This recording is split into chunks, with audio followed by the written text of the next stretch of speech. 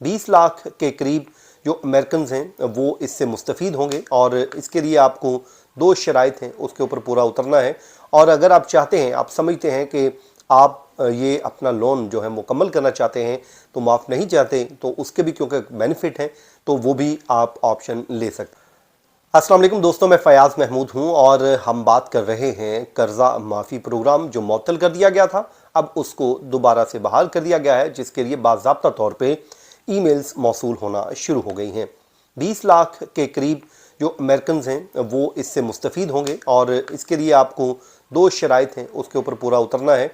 और अगर आप चाहते हैं, आप समझते हैं कि आप ये अपना लोन जो है मुकम्मल करना चाहते हैं तो माफ़ नहीं चाहते, तो उसके भी क्योंकि बेनिफिट हैं तो वो भी आप ऑप्शन ले सकते हैं। तो आज के इस वीलॉग में ये तमाम तर डिटेल्स आपके सामने रखेंगे। ये जुलाई में इस प्रोग्राम को मुअत्तल कर दिया था। आपको याद होगा कि वन बिग ब्यूटीफुल बिल आया था और उसके बाद से इस प्रोग्राम को मुअत्तल कर दिया गया था, लेकिन अब दोबारा से इसको बहाल किया जा चुका है।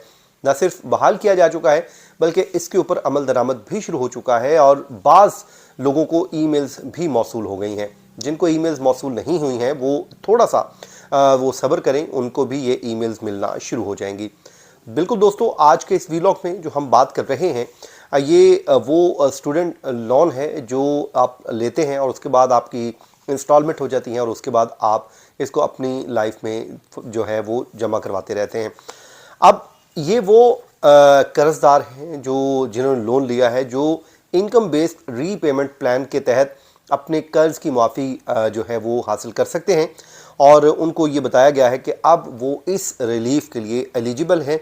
पिछले हफ्ते से कर्ज़ों की माफ़ी का बाकायदा तौर पे आगाज़ भी हो चुका है।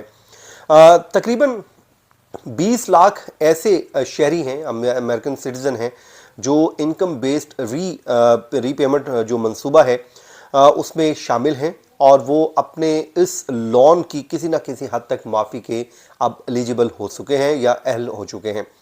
ट्रंप इंतज़ामिया ने इससे कबल जो महकमा तालीम ने और कई ऐसे कर्ज माफ़ी को मंसूबों के ऊपर अपना मौक़िफ़ बदला है जो प्रेसिडेंट जो बाइडन के दौर में दस्तयाब थे, लेकिन अब उन्हीं में से एक ये मंसूबा अब बहाल हो चुका है। इसको मुअत्तल कर दिया गया था वन बिग ब्यूटीफुल बिल आने के बाद, अब बाकायदा तौर पे इसने काम का आगाज़ कर दिया है। अब इनकम बेस्ड रीपेमेंट की जो मुअत्तली के ख़ात्मे का मतलब अब ये है कि अब ज़्यादा से ज़्यादा जो लोग हैं वो जो है उनका कर्ज माफ़ हो सकता है। कितना होगा, कैसे होगा, मैं आगे चल के आपको बताता हूँ, क्योंकि गुज़श्ता हफ्ते से लोगों को ये ईमेल्स मौसूल होना शुरू हो गई हैं और उन लोगों के जो है कर्ज माफ़ हो गए हैं जो इस प्रोग्राम का हिस्सा थे। अब उन्होंने जो ईमेल्स भेजी हैं उसका उन्वान दिया गया है कि आप लोन की माफ़ी के अहल हैं जो आपका बनता था। महकमा तालीम ने इस हवाले से बताया है कि कर्ज की जो माफ़ी है वो आइंदा महीनों में लोन सर्विस के ज़रिए अमल में लाई जाएगी और 21 अक्टूबर के बाद मालूमात भी फराहम करना शुरू कर दी जाएंगी। तो आपको 21 अक्टूबर तक का फर्दर वेट करना है, लेकिन बाकायदा तौर पे इस प्रोग्राम की ईमेल्स मौसूल होना शुरू हो गई हैं, तो जिससे ये आगाज़ हो गया है। अब इस पर मुख्तलिफ आरा पाई जाती है। एक तो लोग कह रहे हैं कि एक तो अवामी दबाव का नतीजा है, दूसरा ये कहा जा रहा है कि एक रिलीफ देने की कोशिश है जो लोगों को दी जा रही है, क्योंकि इस वक्त जो चीज़ें जिस तरीके से चल रही हैं वो बढ़ रही हैं। तो लेकिन लोग कह रहे हैं कि ये एक हौसला अफजा चीज़ है, एक उम्मीद की किरण है लोगों के लिए। अब जुलाई में इनकम बेस्ड रीपेमेंट जो कर्ज माफ़ी का अमल था वन बिग ब्यूटीफुल बिल के तहत, मैं आपको पहले ही बता चुका हूँ कि उसको मुअत्तल कर दिया गया था और इस मंसूबे के तहत 2026 में ऐसे कई प्रोग्राम जो हैं वो फर्दर बंद होने हैं। तो जो आमनी के जो इनकम बेस्ड प्रोग्राम्स हैं वो बंद होने का इरादा रखती है हुकूमत, लेकिन अब इस पे जो एक तो मामला जो अदालतों में चल रहे थे, तो अब जो कर्ज माफ़ी की जो एक वो कहते हैं कि ना हिसाब किताब था, तरतीब थी, उसको अपडेट किया जा रहा है। अब आ जाए जी, जो अहलियत है, एलिजिबिलिटी है और म्यार है वो क्या है।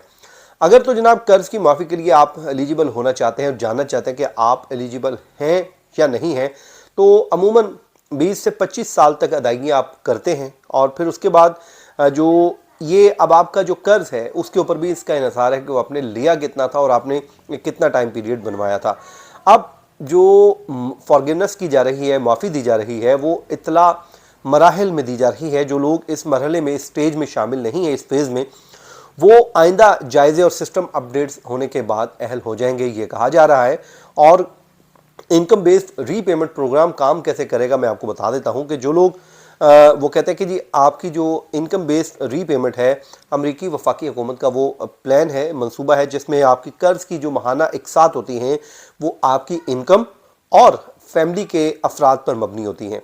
फिर उसके बाद जनाब आमतौर पर ये किस्त आपकी आमदन के 15% के करीब होती है, और या अगर आपने कर्ज 2001 जुलाई 2014 के बाद लिया हो तो 10%, और 20 से 25 साल बाद जो कर्ज बाकी बचता है वो माफ़ कर दिया जाता है। तो ये वो कुछ शराइत हैं, लेकिन जिसको आप अवेल करते हैं और अवेल करके इस प्लान का हिस्सा बन सकते हैं। लेकिन वो कर्जदार जो समझते हैं कि वो खुद को एग्जिट करना चाहते हैं, वो नहीं लेना चाहते, क्योंकि 21 अक्टूबर 2025 तक उनको इसका इंतज़ार करना होगा, क्योंकि बाज़ रियासतें ऐसी हैं, स्टेट ऐसी हैं जो माफशुदा कर्ज पर रियासती टैक्स लगा देती हैं। तब उससे बचने के लिए कुछ लोग इस प्रोग्राम को हिस्सा नहीं बनते हैं, वो क्योंकि टैक्स ज़्यादा बन जाता है, तो वो कहते हैं कि जी आपको जो कर्ज की मौजूदा अदायगियाँ फिर जारी रखनी होगी अगर आपने नहीं इसको ऑप्ट किया तो। अच्छा, उसके बाद जो बैकलॉग और दीगर जो रिलीफ प्रोग्राम है वो भी शामिल नहीं किया गया, और हर वफाकी कर्जदार को वो कहते हैं कि इसमें शामिल नहीं किया गया। अगस्त के आखिर तक 74,500 से ज़ायद दरखास्तें महकमा तालीम के पास ज़ेर समात थी। अब जो इल्तवा थी अब उस पर काम शुरू हो चुका है। अब इसको आपको फ़ायदा कितने मिलने जा रहे हैं? सबसे पहले तो अगर आपको जो लोन आपका माफ़ हो जाता है तो सबसे पहले तो लोगों की जो क्रेडिट रेटिंग है वो बेहतर हो जाएगी। नंबर 2, आप घर के लिए कर्ज ले सकते हैं, ये आपको ये फ़ायदा हो जाएगा। और थर्ड, आपका जो माली इस्तेहकाम है वो बड़ा इंपॉर्टेंट है, वो भी होगा। ज़ाहिर है जब आपके सर से कर्ज उतर गया, बाकी जो रहता हुआ कर्ज वो माफ़ी मिल गई, तो फिर आपके लिए मौजें ही मौजें हैं। तो दोस्तों ये वो चीज़ें हैं जो इस वक्त हो रही हैं जो अच्छी हैं आप लोगों के लिए। स्टूडेंट लोन अगर आपने लिया था कभी तो उसकी आपने इंस्टॉलमेंट दी है बाकायदगी से, और उसमें आपने कोई किसी किस्म की कोई डंडी नहीं मारी, तो अब आप उसके लिए एलिजिबल हो सकते हैं। इसलिए इस वीलॉग को ज़रूर देखिए और अपने दोस्तों के साथ भी शेयर कीजिए। अगर किसी का इस वीलॉग के ज़रिए भला हो जाए, उसको फ़ायदा हो जाए, तो उसको ज़रूर फ़ायदा होने दीजिए। मुझे दीजिए इजाज़त, इस दुआ के साथ यहाँ रहें, खुश रहें। मुझे इजाज़त दीजिए। अल्लाह हाफिज़।